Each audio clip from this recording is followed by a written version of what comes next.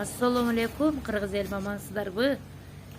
Бүгүн 17-июнь 2024 жыл.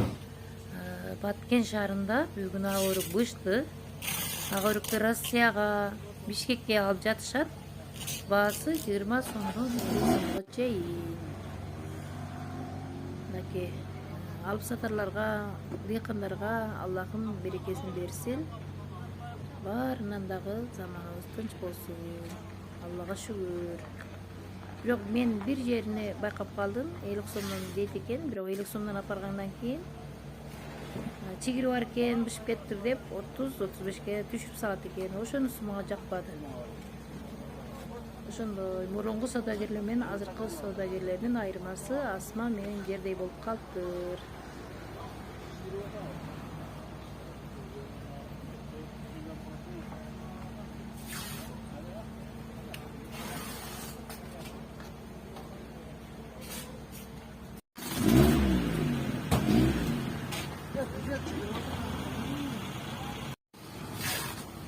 Bышып кеткен канчадан алып? Канча? 20.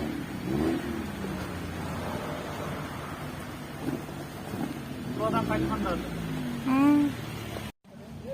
Мен сиздерге бир нерсени так айтып кетейин. Саудагерлер быйыл өтө шустрый болуп калдылар. Эбирейден дагы өтүп кетиптилер. Астагфирулла. Себеби 50 сомдон агырукты 50 сомдон алам деп жашып берет экен ал дыйканга. Ал жакшынакай кылып бышып кеткен башка чегирини башка кылып жакшынакай кылып жылга эле өткөрүп жүргөн, алар дагы билет кандайны фуралат. Ошондой кылып жакшынакай кылып соктоп алып келгенден кийин булар ар кандай шыкырттарды айтып 15 сом 20 сом түшүрүп алат экен. Ал өл нерсени терип келген, айла жок, мажбур берет. Ошондой дыйкандардын дагы ичине оорутпаш керек. Алар дагы бала бакырам багам деп канча үмүт максат менен өрүктүк отураттар.